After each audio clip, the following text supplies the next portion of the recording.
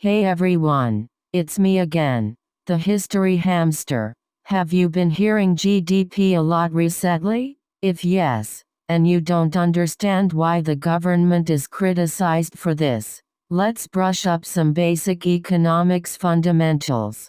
So, for simplicity, let's just say your country produces only one item, and it produced X units of a good or service, and sold it at a price of Y.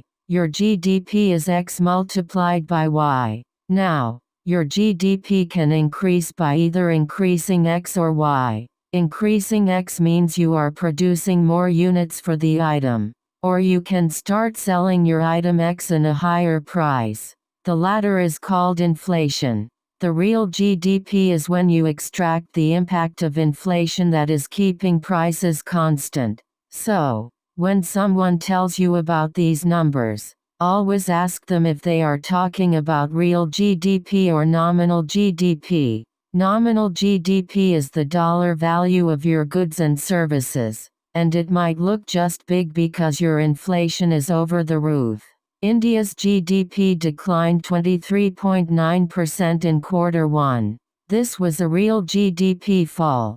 If you look at nominal GDP, Indian GDP actually increased by 3%, but that's just an effect of the inflation. Why did we produce 23.9% fewer goods?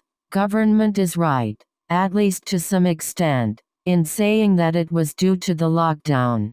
However, they haven't told you that it was also due to the faulty and late policies implementation on their end. Let me explain why. Before we explain where we went wrong, a bit of history. In the early 1900s, a legendary economist, John Maynard Keynes, gave a theory that asked governments to intervene when the economy slows down. Economy slowing down means your output is lesser than the output you produced last quarter, or last year in the same quarter, because the private spending is slowing down or negative. Hence the government should pitch in and spend more, by borrowing to compensate the decline in private investment. It worked until the 70s and early 80s, which gave us yet another legendary economist named Milton Friedman. He said that the governments can't keep up with the lack of private investing by borrowing. So, he proposed central banks to reduce the interest rate, which will make borrowing easier and eventually increase the private spending.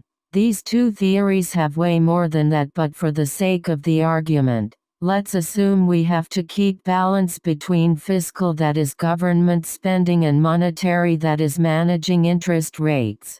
Now let's see what the Indian government and RBI have done at both the fronts, fiscal and monetary. Government didn't increase the spending. That was a bad move. All the economies across the world have increased spending and adjusted the budget deficits due to the pandemic, because simply the private spending has come to the grinding halt.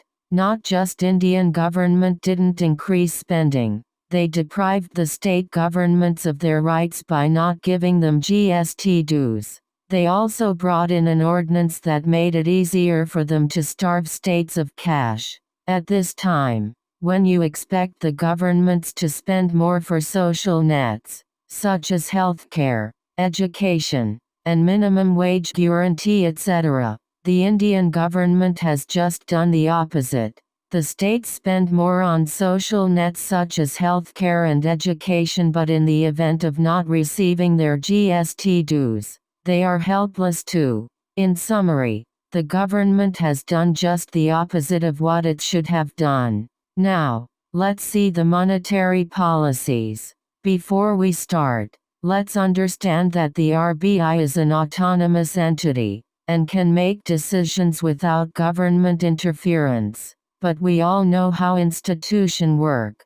Anyways, the RBI did reduce the benchmark repo rate, but that was not much and too late from the policy standpoint. We have a surging inflation and slowing growth.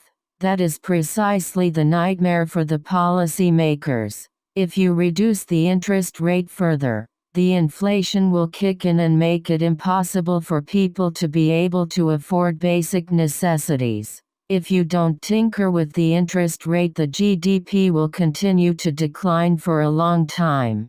Many people will continue to lose jobs, which will further reduce private spending, and hence the vicious cycle begins. In summary, we can't really do much with interest rates at this time, because of inflation. However, the government can borrow more and adjust its deficit plans and spend more, or at least give states their GST dues so they can spend. Until next time.